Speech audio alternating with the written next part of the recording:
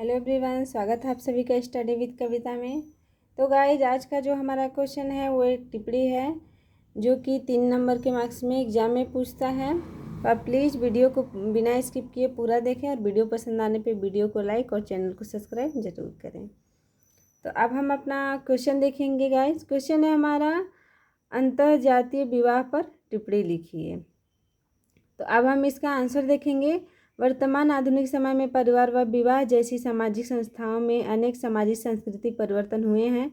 उसी एक का स्वरूप अंतर्जातीय विवाह है। जब समाज में पश्चिमीकरण का प्रभाव बढ़ता गया तो कई संस्थाओं में परिवर्तन के स्वर मुखरित हो रहे हैं। विवाह नामक संस्था भी इससे अछूती नहीं रही है। ठीक है, तो हम इसमें क्या देखते हैं गाइस कि जो हमारा क्वेश्चन है अंतर्जातीय विवाह, तो उसमें हम क्या देखते हैं कि वर्तमान समय में परिवार और विवाह जैसी सामाजिक संस्थाओं में अनेक सामाजिक और सांस्कृतिक परिवर्तन हुए हैं।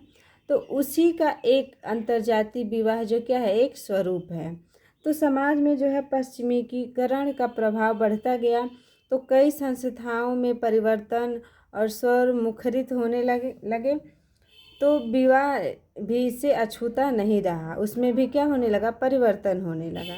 अब आगे देखते हैं अंतर्जातीय विवाह का स्वरूप सब पहले यदा कदा उठता दिखाई देता है, किंतु विगत के 3 दशकों से इसका चलन सामाजिक स्तर पर स्वीकार्य होता जा रहा है। अनेक जातियाँ व उपजातियाँ के चक्रव्यूह में उलझकर भारतीय समाज अक्सर अपने सामाजिक सांस्कृतिक दायित्वों के निर्वहन में असहाय और अनुभव करने लगता है। अंतर्जातीय विवाह इस जटिल परिस्थितियों से अलग एक नए सामाजिक और सांस्कृतिक परिवेश का सृजन करने में अहम भूमिका निभा रहा है।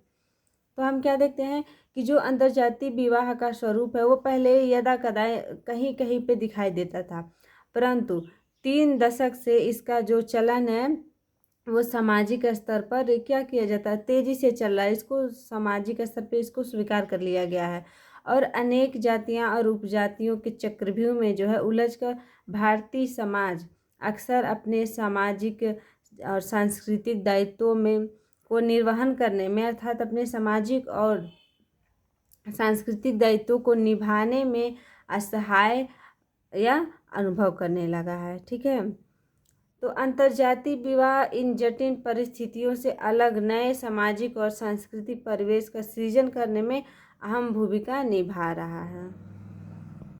आगे देखते हैं, अंतर्जातीय विवाह ने आधुनिक भारतीय समाज के एक नया स्वरूप प्रदान किया है। 2 अलग अलग परिवेश व समूह से निकलकर आए लोग जब विवाह के पवित्र बंधन में आबद्ध होकर एक नई सामाजिक इकाई के रूप में विकसित होने लगते हैं तो कई स्तरों पर जुड़ाव की प्रक्रिया सामाजिक समन्वय के नए प्रतिमान स्थापित करने लगते हैं। क्षेत्र व प्रांतीय संस्कृतियों का एक दूसरे को समझने व आत्मसात करने की प्रक्रिया एक नए सामाजिक सांस्कृतिक परिवेश का सृजन करने लगती है। तो हम क्या देखते हैं कि जब जो है अंतर्जातीय विवाह आधुनिक स्वरूप जो है वो भारतीय समाज को प्रदान करती है तो 2 अलग अलग परिवेश व समूह से निकलकर आए लोग जब विवाह के पवित्र बंधन में बंधते हैं तो वो एक नई सामाजिक इकाई के रूप में क्या होने लगते हैं, विकसित होने लगते हैं। अर्थात 2 लोग का विवाह अगर हो रहा है, दोनों का परिवेश, समूह, जाति सब अलग है, तो जब वो विवाह के बंधन में बनते हैं तो एक नई इकाई के रूप में समाज में क्या होने लगते हैं, विकसित होने लगते हैं। तो कई स्तरों पे जुड़ाव की प्रक्रिया जो है वो सामाजिक समन्वय के नए प्रतिमान स्थापित करने लगती है। तो क्षेत्रीय और प्रांतीय संस्कृतियों का एक दूसरे को समझने में आत्मसात करने की प्रक्रिया एक नए सामाजिक सांस्कृतिक परिवेश में क्या करने लगती है, सृजन करने लगती है, अर्थात उसका बढ़ोतरी होने लगती है, उसका विकास होने लगता है। ठीक है, अब हम आगे देखेंगे, वर्तमान समाज की जीवनवत्ता और गयात्मकता में भी अंतर्जातीय विवाह संबंधों ने महत्वपूर्ण रचनात्मक भूमिका निभाई है। खान पान, पहनावा, भाषा शैली, लोक साहित्य, स्थानीय रहन सहन, लोक परंपरा, लोकगीत, लोक नृत्य इत्यादि के समन्वय और सम्मिश्रण समाज को नवीनता का अनुभव कराता है और नवीन सांस्कृतिक आयामों को जन्म देता है। ठीक है, तो हम इसमें क्या देखते हैं कि आधुनिक समाज का जो है वो रहन सहन, खान पान, भाषा, ये सारी इन सब चीज़ों का जब मिश्रण होता है तो वो समाज को एक नवीनता का अनुभव कराता है और नवीन जो है वो सांस्कृतिक आयामों को जन्म देता है। नए नए सांस्कृतिक आयामों को, कार्यों को क्या करता है, जन्म देता है।